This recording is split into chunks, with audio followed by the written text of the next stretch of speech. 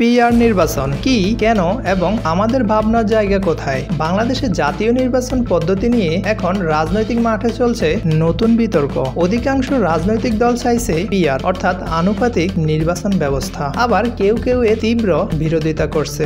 বলে যাচ্ছে এতে নাকি বিশৃঙ্খলা বাড়বে, সরকার গঠন হবে কঠিন। এই টানাপোড়েনে জনমনে একটাই প্রশ্ন, এই পিআর পদ্ধতি আসলে কি? এতে কারা লাভবান হবে? আর আদৌ কি আমাদের গণতন্ত্রের জন্য এটা ভালো? হাজারো প্রশ্ন ঘুরছে সাধারণ মানুষের মনে। তাই আজকের প্রতিবেদনে পিআর নির্বাচন পদ্ধতি নিয়ে স্পষ্ট ধারণা দেওয়ার চেষ্টা করব। পিআর পদ্ধতি কি এবং কেমন? পিআর বা প্রফেশনাল রিপ্রেজেন্টেশন, বাংলায় আনুপাতিক প্রতিনিধিত্ব। এটি এমন একটি নির্বাচন পদ্ধতি যেখানে কোনো দল জাতীয়ভাবে যত শতাংশ ভোট পায় তত শতাংশ আসন পায়। উদাহরণ, একটি দল যদি 30% ভোট পায় তাহলে সংসদের 30% আসন সেই দলের হয়, অর্থাৎ 300 আসনের নির্বাচন হলে 90 আসন পাবে দলটি। এখানে ব্যক্তি প্রার্থীর জয় পরাজয় নয়, বরং দলের মোট ভোট প্রাপ্তি আসন নির্ধারণে মুখ্য ভূমিকা রাখে। এভাবে প্রতিটি ভোটের প্রতিফলন ঘটে সংসদে। বাংলাদেশে বর্তমানে চালু রয়েছে ফার্স্ট দ্য পোস্ট পদ্ধতি। এই পদ্ধতিতে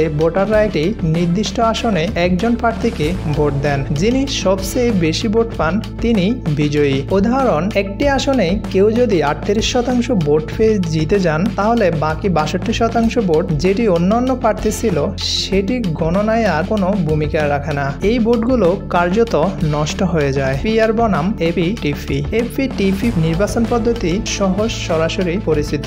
অনেক ভোট উপেক্ষিত হয়, ছোট দলের সুযোগ কম। পিআর নির্বাচন পদ্ধতিতে ভোটের প্রকৃত প্রতিফলন, ছোট দলের অংশগ্রহণ বাড়ে, জোট সরকার ও রাজনৈতিক জটিলতা বাড়ার সম্ভাবনা থাকে। পিআর পদ্ধতিতে প্রতিটি ভোট গণনায় অন্তর্ভুক্ত হয়, তবে এতে একক সংখ্যাগরিষ্ঠতা পাওয়া কঠিন হয়ে পড়ে। বহু উন্নত দেশেই পিআর নির্বাচন পদ্ধতি প্রচলিত। Germany, Netherlands, Switzerland, Sweden, Belgium, Norway, Israel, Finland ও ভারতের রাজ্যসভায়ও বর্তমানে পিআর নির্বাচন পদ্ধতি ব্যবহৃত হচ্ছে। এসব দেশে বিভিন্ন রাজনৈতিক দলের কণ্ঠস্বর সংসদে উঠে আসে। এতে রাজনৈতিক বৈচিত্র্য, সমঝোতার রাজনীতি এবং ভোটের মূল্যায়ন নিশ্চিত হয়। বাংলাদেশের সম্প্রতি একাধিক ছোট দল ও নাগরিক সমাজ পিআর ব্যবস্থার দাবি তুলেছে। তাদের মতে এপিটিপি পদ্ধতিতে জনগণের রায় পুরোপুরি প্রতিফলিত হয় না এবং গুটি কয়েক দল সংসদকে নিয়ন্ত্রণ করে। অন্যদিকে কিছু রাজনৈতিক শক্তির মত পিআর বাস্তবায়ন জটিল এবং এতে সরকার গঠন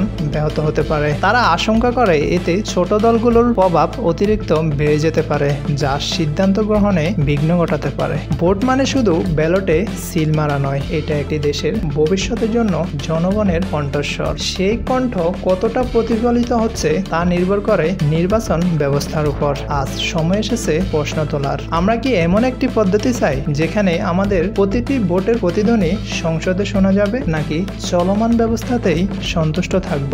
সিদ্ধান্ত একদিন নেওয়াই লাগবে, তবে সেই সিদ্ধান্ত তথ্যভিত্তিক ও জনমত প্রস্তুত হওয়া উচিত। আপনার চোখে কি পিআর নির্বাচন ব্যবস্থা বাংলাদেশের জন্য উপযুক্ত? কমেন্টে জানান।